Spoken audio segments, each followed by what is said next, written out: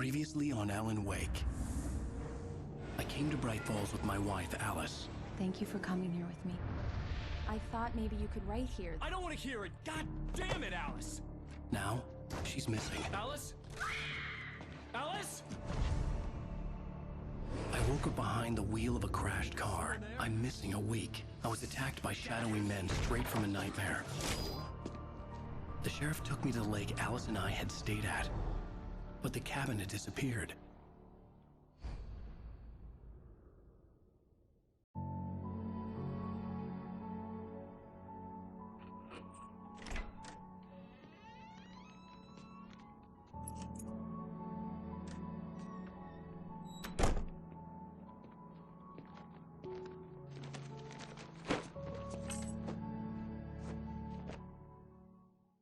Honey, I'm home. Back here, sweetie. How was it? Worst weather I've ever seen. You should put some coffee on. It'll warm you up. Coffee's on. Great, thanks. I'll need it if I'm gonna finish this by tomorrow.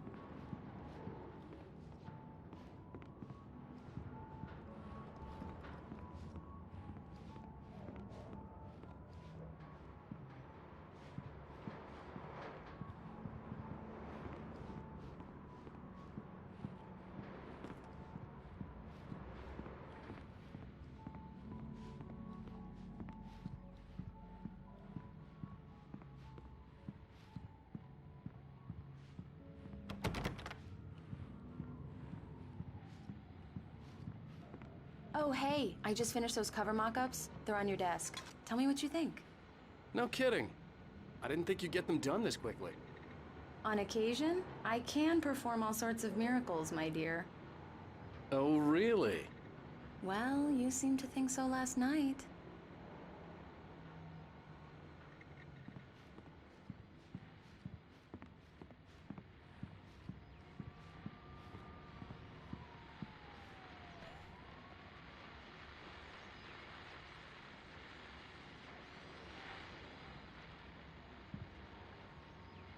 These look really good. Oh, sure, until Barry gets his hands on them. Which, by the way, will happen over my dead body. The last time was the last time. Oh, and speaking of Barry, he called. Alan! Alan, please check the fuse box. I'm right here. I'm on it, honey. Please hurry. It's true what they say about the fall and the sudden stop at the end. I'd lain here in the snow while the lurid chain of scenes that had led me here kept playing in my head. A rerun of my own private snuff movie. A memory of my corpse. Alone at my own wake. Thinking in metaphors again. The femme fatale was gone. Only a sour taste remained of the kiss that killed me. This was a late goodbye. 13 years after I'd gotten my revenge, it had finally caught up with me. It had been a long time to bear the pain. My blood painted the snow red. A gruesome slushy dissolved all the scattered painkillers and leisurely dripped down to the sewer, mingling with the bile of the city, becoming one with it. I can see them.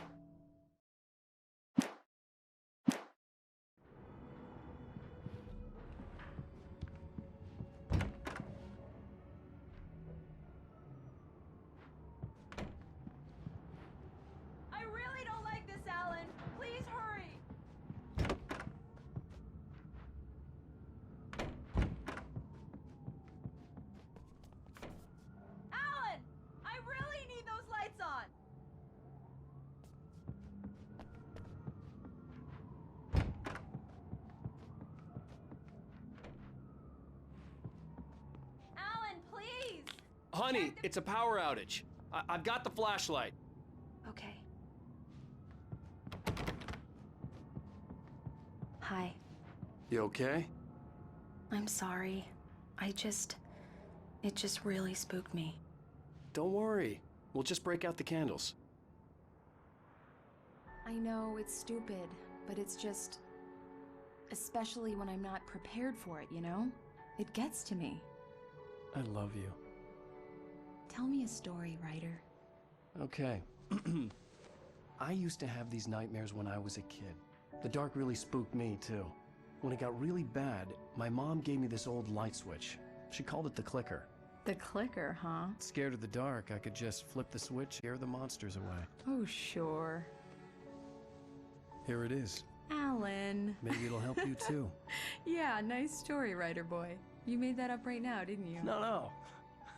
Seriously. I love you, even if you are a liar. Thanks for this.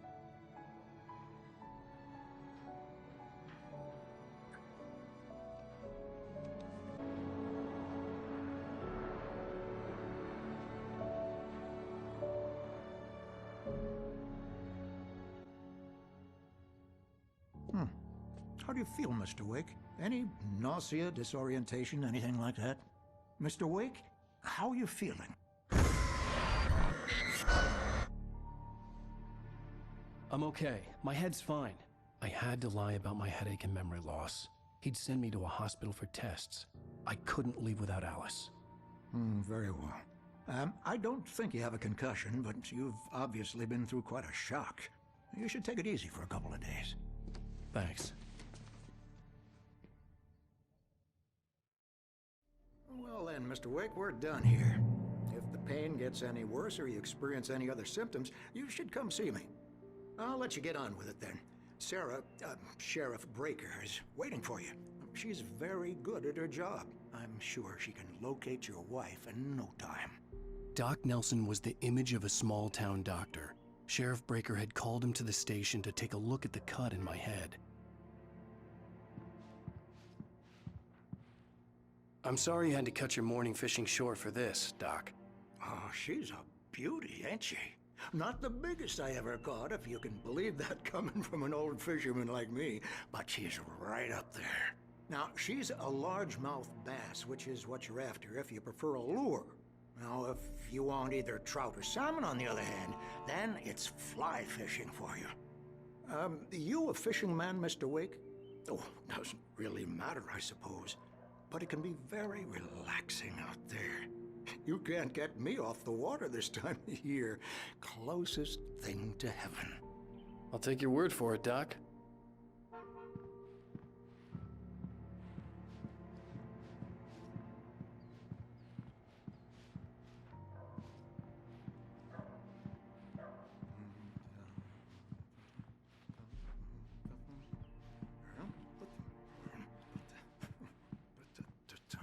I believe you'll find the sheriff in her office. Just go down the corridor.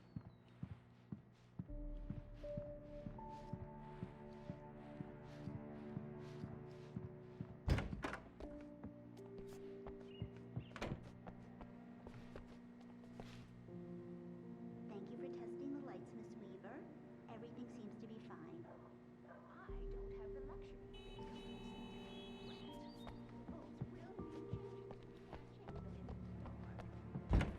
Come in, Mr. Wake. Your phone's on the desk. The battery was dead. It's charged now.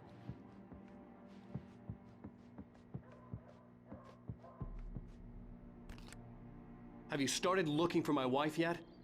My men are already on it. Now, can you tell me what happened? I'm not sure. I can't remember. We were arguing. I walked out of the cabin. The cabin on Cauldron Lake? How did you end up at Stucky's gas station?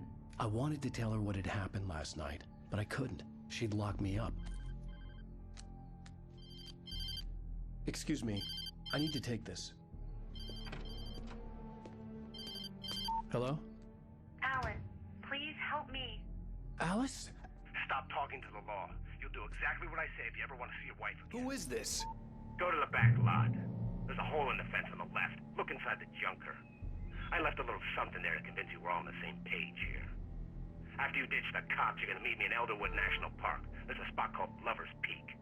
Midnight. Don't do nothing stupid, pal. We're watching you.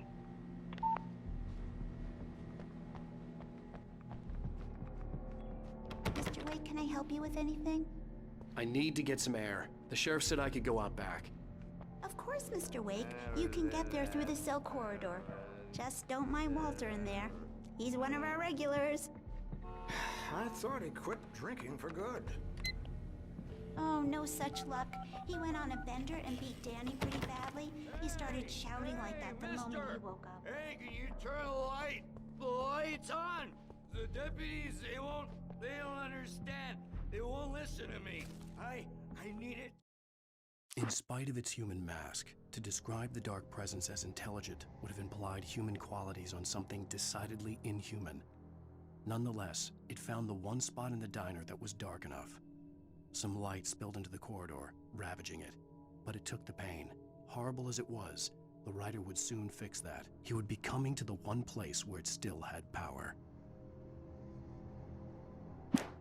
It'll be bright in here! Hey! The early morning light hurt my eyes and made my head ache. The man on the phone had said, "Go through the fence on the left."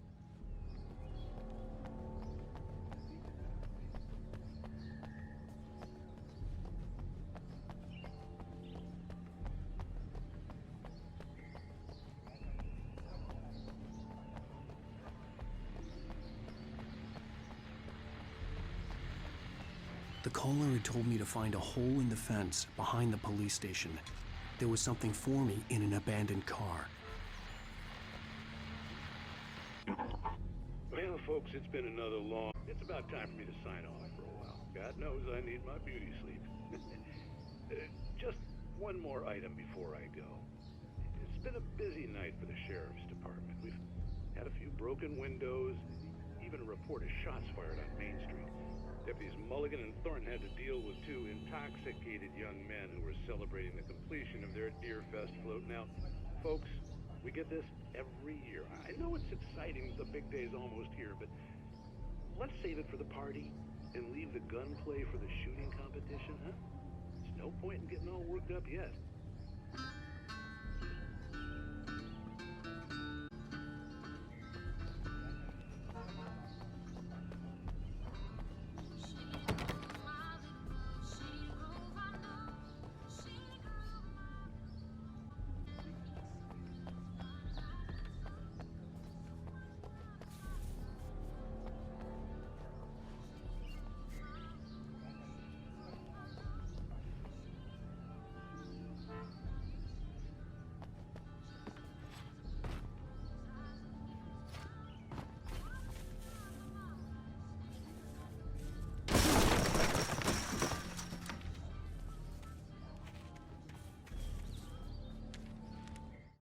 The kidnapper fired his gun one last time, and the shadow vanished into the darkness it had come from. See? Nothing to it, Wake. The thought of Alice in his hands was revolting. We stood on the wooden platform of Lover's Peak, the waterfall on the mountain behind us, the lights of the radio mast blinking red in the heights above. I fought with the urge to take a swing, force myself to speak. Let's cut the act now. Where's my wife?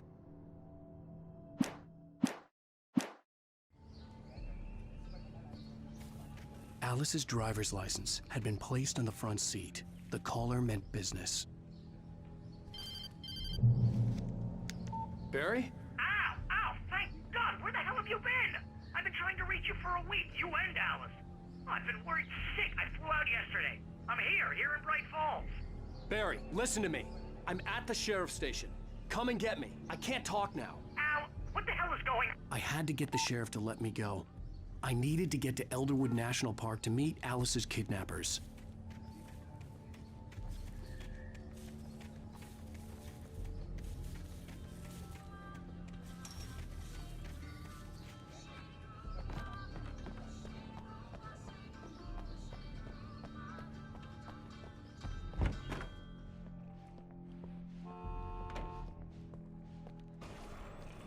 A writer is a light that reveals the world of his story from darkness, shapes it from nothingness. The way a sculptor carves a statue from a block of granite. If I stop, the world I'm making dies. Darkness will reclaim it.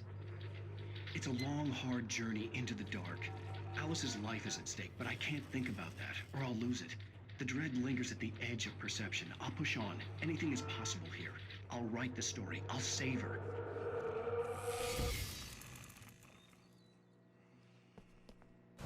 Marvelous, Sarah. I just wanted to settle all the damage the Anderson brothers might have inadvertently caused on their recent and regrettable little wedding. Yeah, it's Mulligan here. I'm at Ducky's gas station with Thornton. There's no sign of him. Over.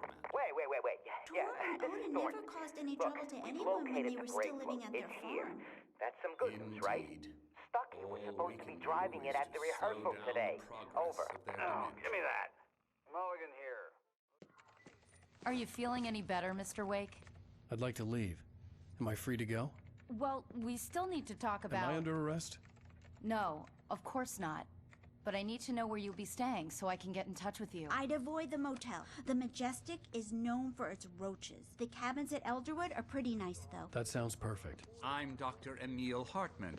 I'd like to invite you to stay at Cauldron Lake Lodge. Did you talk to my wife? I had the pleasure of discussing your situation with her on several occasions. Did you set something up with her? I invited her here. My clinic is a place where... Oh! Hey! Oh, my! Take it easy. Hey, nobody move! Get your hands off of my client! Who are you? I'm Barry Wheeler, his agent. If you have business with Mr. Wake, you talk to me. You yokels won't know what hit you once I sick my lawyers on your asses. No harm done, Sarah. I'm all right. I don't want to press charges. Mr. Wake, my offer still stands. Get me out of here. What the hell was that about, Al? We don't need a replay of that thing with the paparazzi. I thought they were gonna lock you up.